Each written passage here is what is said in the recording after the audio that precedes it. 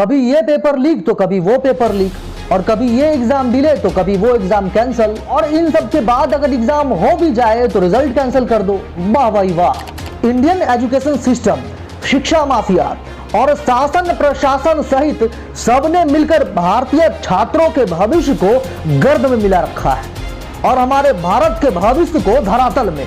सरकारें आई और सरकारें गई, लेकिन अभी तक इन कर्मकांडों पर कोई असर नहीं हुआ है। टैक्स पेयर के पैसों से बड़ा इंफ्रास्ट्रक्चर और हर व्यवस्था से लैस कॉलेजेस, विद्यालय और यूनिवर्सिटीज होने के साथ साथ करीब 1,04,278 करोड़ का शिक्षा बजट पास होने के बावजूद अगर शिक्षा के क्षेत्र में भारत को यह मुंह देखना पड़े तो इस बात से यह जाहिर है कि भारत में शिक्षा का बाजारीकरण हो चुका है, जहां शिक्षा माफिया मदारी और हम स्टूडेंट्स उसके बंदर बने बैठे हैं। अब तो लगता है कि सरकार को भी इन बातों से कोई फर्क नहीं पड़ता, लेकिन सवाल तो उठेगा ही, आखिर कब तक। नमस्कार, मैं विकास और आप देख रहे हैं ग्रो अप इंडिया। अगर वीडियो अच्छा लगे तो शेयर करें और हमारे चैनल को सब्सक्राइब करना बिल्कुल भी ना भूलें। तो बात हम शिक्षा माफिया की कर रहे थे, तो इसी से जुड़ा एक संगीन मामला उत्तर प्रदेश से सामने आ रही है। यूपी में राजस्व लेखपाल की मुख्य परीक्षा के पेपर लीक मामले में यूपी एसटीएफ ने 21 लोगों को गिरफ्तार कर लिया है। सूत्रों के अनुसार इस पेपर लीक मामले में यूपी के कई पेपर सॉल्वर गैंग एक्टिव थे, जिन्होंने छात्रों से मोटी रकम वसूल कर इस कारनामे को अंजाम दिया। बताया जा रहा है कि इस कांड को भी फिल्म मुन्ना भाई MBBS के तर्ज पर ब्लूटूथ के जरिए अंजाम दिया गया। गिरफ्तार हुए लोगों में पेपर सॉल्वर गैंग सहित आरोपित छात्र भी शामिल हैं। करीब 5 साल के लंबे इंतजार के बाद राजस्व लेखपाल की परीक्षा की महज 8,085 पद के लिए नोटिफिकेशन आई। परीक्षा की तारीख 31 जुलाई 2022 दिन रविवार को तय किया गया। प्रदेश के 12 जिलों के 501 परीक्षा केंद्रों पर करीब 2 लाख छात्र अपनी किस्मत, अपना भविष्य और 2 वक्त की रोटी के लिए शांतिपूर्ण रूप से परीक्षा दे रहे थे। लेकिन किसे पता था कि उन्हीं में से कुछ लोग उनके भविष्य के साथ भद्दा मजाक कर रहे हैं। इस जघन्य कांड को लेकर यूपी एसटीएफ ADG अमिताभ यश ने बताया है कि उनकी टीम को यह जानकारी पहले ही मिल चुकी थी। उन्होंने बताया है कि उनकी टीम को पहले ही जानकारी मिल चुकी थी कि कुछ गुटों के द्वारा सॉल्वर का इस्तेमाल कर परीक्षा में गड़बड़ करने की कोशिश की जा रही है।